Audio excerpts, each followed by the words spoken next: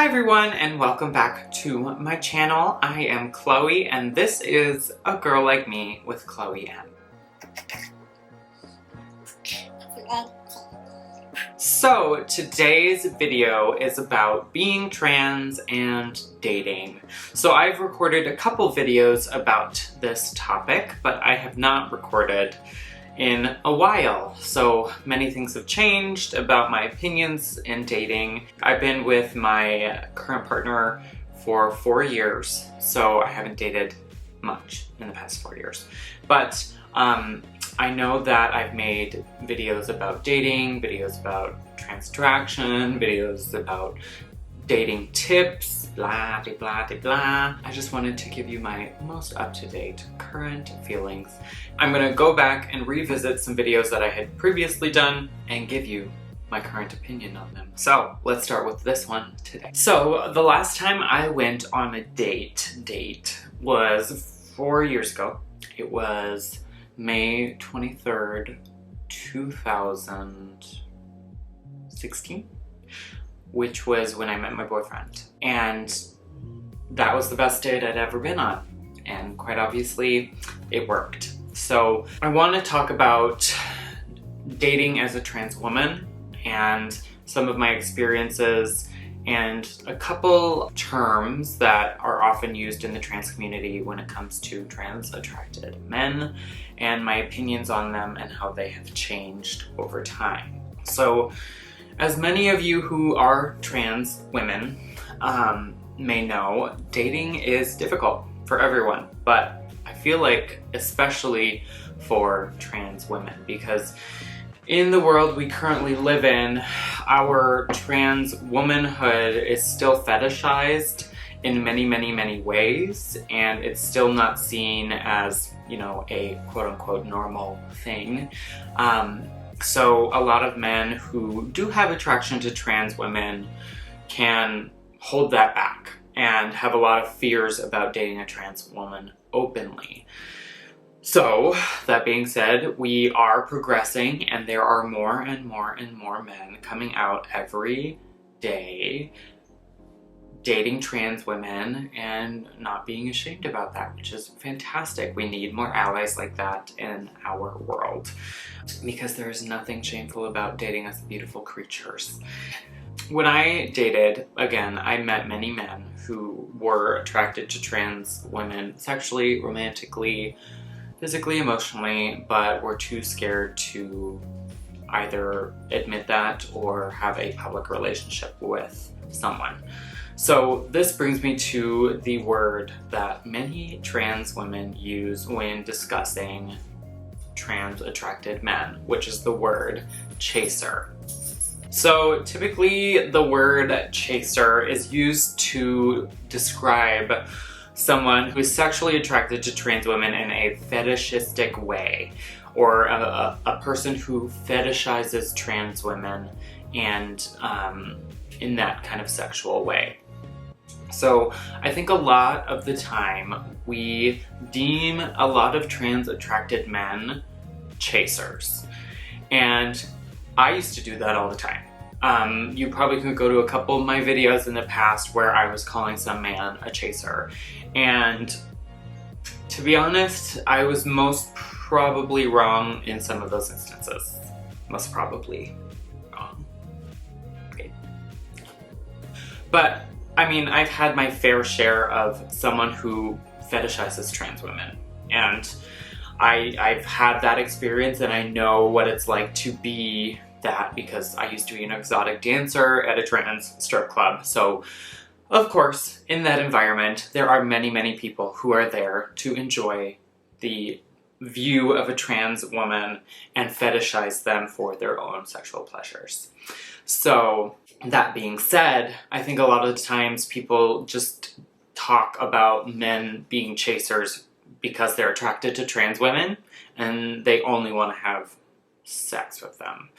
So I think there's a difference between a chaser and someone who's attracted sexually to trans women. I think a lot of the times trans women who are looking to date men and the men only want to have sex with them, often those men get called chasers.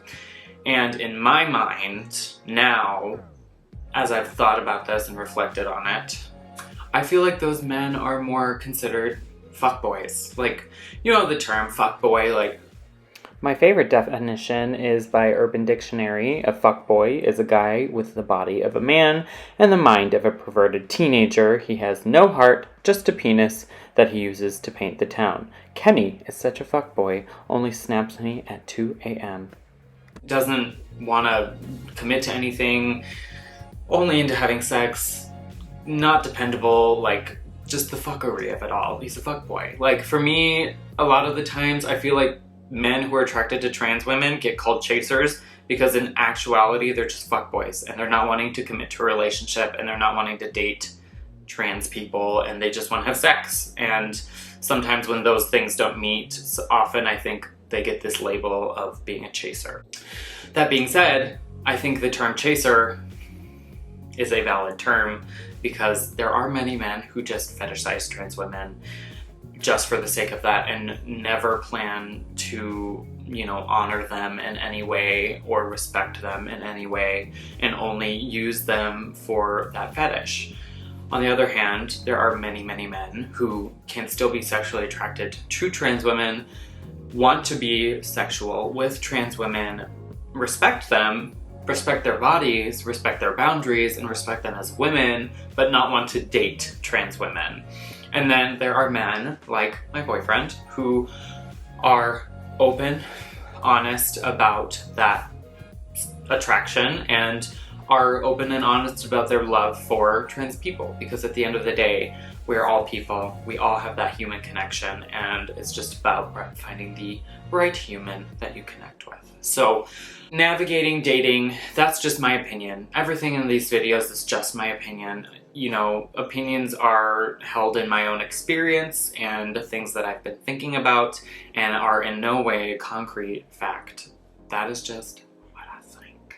Okay, thank you. So yeah, I think there are many, many, many, many, many different kinds of men out there who are attracted to trans women.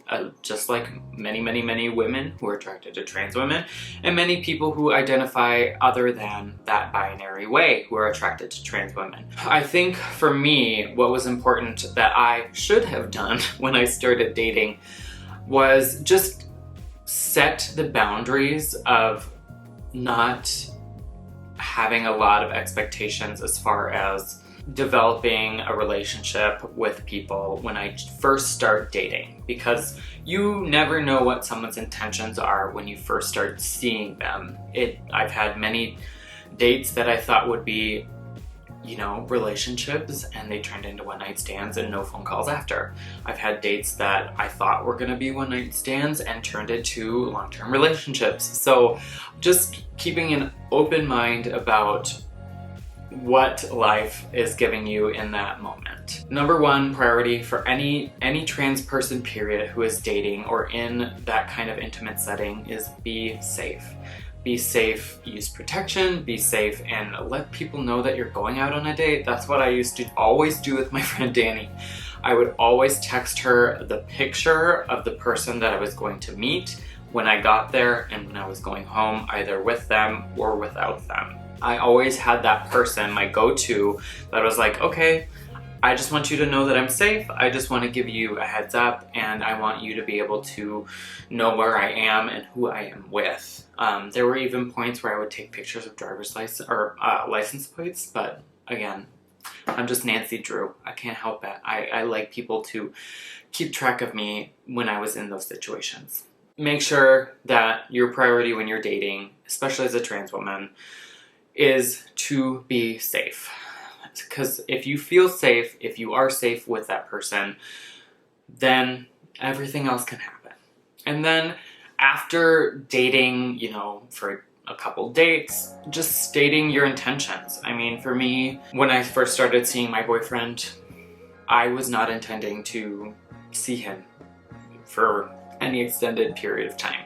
But after a couple dates, things kept happening and I ended up wanting to have a relationship. So I think it's really important to just be clear and honest about your feelings.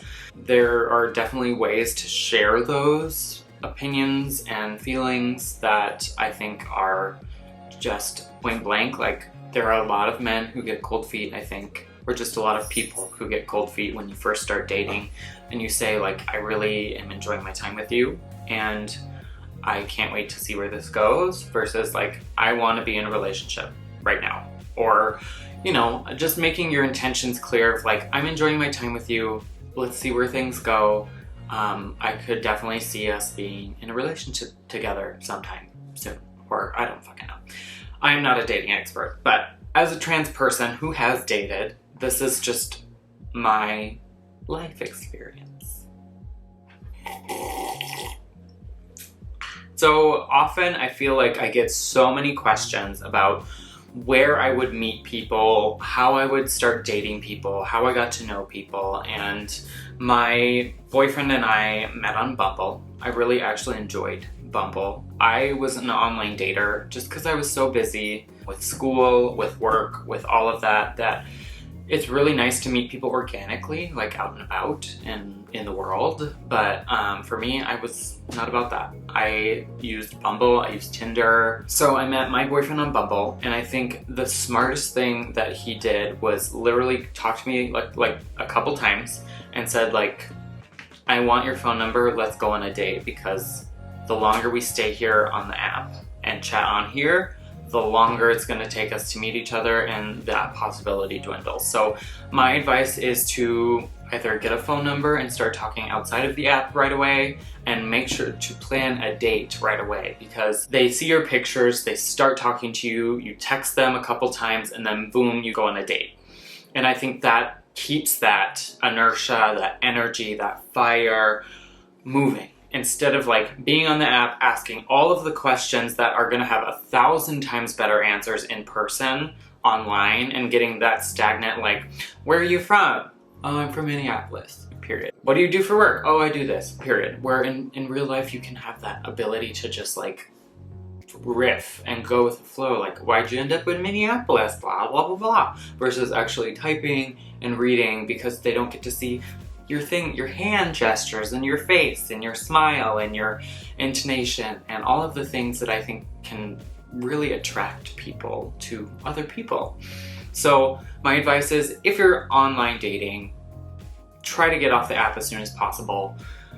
Be safe. And I'm not sure how dating works right now in the age of COVID-19, but I'm sure there's like Zoom. Zoom sounds great. Social distance dating, going to a park and being like 8 feet apart. I know that they say 6 feet, but I don't believe it. I think it needs to be farther apart. But yeah, I mean, I know of people who have broken up with their significant others during this social isolation time, and then found new partners online or at work or lots of places. So in the new age, I'm not sure what to do because I'm not dating right now. Leave your ideas down below and see if that is going to help someone, because I have no idea what it's like to date in this new era of social distancing. So if you have any great advice about that, leave it in the comments down below. Another thing that personally I believe strongly, there are many viewpoints on this, and I know that there are many viewpoints on this. I always am upfront online with people about my trans identity, because I have that safety note in the very center of my mind. Of course, like, if you have a connection with someone, there's always that thought in your mind like, well, I have this great connection, I don't want to tell them I'm trans yet because I don't want to ruin it. Well, guess what? You're always going to be trans, so there's always that potential. But if you tell people right away, they know that you're being honest, they know that you're true to yourself, they know that that's something that is important to you for people to know, and it gets rid of that conversation, that really awkward, terrible conversation that so many people have who don't like include that in their app profile. Like, I didn't used to do that because I would get more matches if I didn't include it in my profile, but then I would have these amazing conversations with people and start talking to people, and then before I went on my date with them, I would always be like, so just So you know, I'm a trans woman, and most often people are like, oh, well, thanks for telling me, but I'm not interested in trans women, so thanks. For me, I was like, okay, whatever, fuck it. I don't want to do 3 times as much work and have a negative outcome. So I put it on my profile. That was like one of the first things I did. Of course, that attracts some chasers, but that also, you know, can narrow it down for men too. So my partner is a trans attracted man, and he saw that I was trans, and he's not only attracted to trans women, but the spectrum of women, we'll say. And that was just, okay, great, sounds great. And that was that. So just be honest, because it gets rid of a lot of emotional labor for you. It gets rid of a lot of disappointment for you, and it just makes things a little bit easier and more transparent. There always are going to be people who don't read your profile, and then you set up a date or have this long conversation, get their phone number, and then they text you like, oh, I just read your profile. And I'm like, okay, and? Rude. It's a dating app. You're supposed to read the damn profile. So anyways, so like I said, just be honest, be safe, and try to drive that interaction off the app as soon as possible. At any different point of your transition, especially when you're dating, not always, you are often going to get questions about your genitalia, your surgeries, whatever surgeries you've had. I've gotten the question, are you a real woman yet? Do you still have a hoo-hee? Do you have a boob job yet? Like all these just nasty questions. And I think those questions can be real good indicators about the motives of the person you're talking to on the app, or dating app, or even in person. Because I've had people ask me those questions in person too. So just keep in mind, like, a lot of times you're gonna get some questions. And for me, it is your right to not answer a damn fucking thing.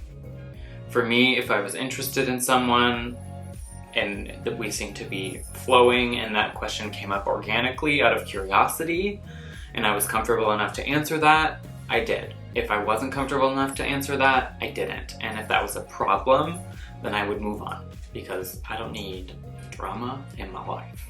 So, just another little tidbit. The dog is so effing cute. Do you want to meet her? Everyone, this is Violet. She's my little pepperoni, one of my babies. I have 2 little fur babies, and Violet I've had since I was 16 years old. Right. So she's an 11-year-old, beautiful old lady, and we love her to death. Do you have any advice for trans women in dating? Oh. You heard him. Those are just a couple tidbits on dating as a trans person, the language we use around men who are attracted to trans women, and my opinions on it, and some tips and tricks for online dating. So if you found this helpful, please go ahead and like this video and leave a comment on your tips and tricks on dating as a trans person, or just dating in general. And if you found this helpful, please feel free to share this video. It really helps our channel grow here. And as usual, please subscribe and click the little bell notification so you are always notified when I upload a video. A little update here. I normally do Wednesday night live every week, but now I've been requested to do 2 lives a week, so we are moving Wednesday night live to a Tuesday and Thursday night live. So if you want to have a real-time conversation with me and all of the Chloebies here on my channel, please head over to A Girl Like Me with Chloe M on YouTube, this channel, and watch my lives with me at 7 p.m. Central Standard Time every Tuesday and Thursday. I hope to see you there. Bye everyone, till next time. Bye!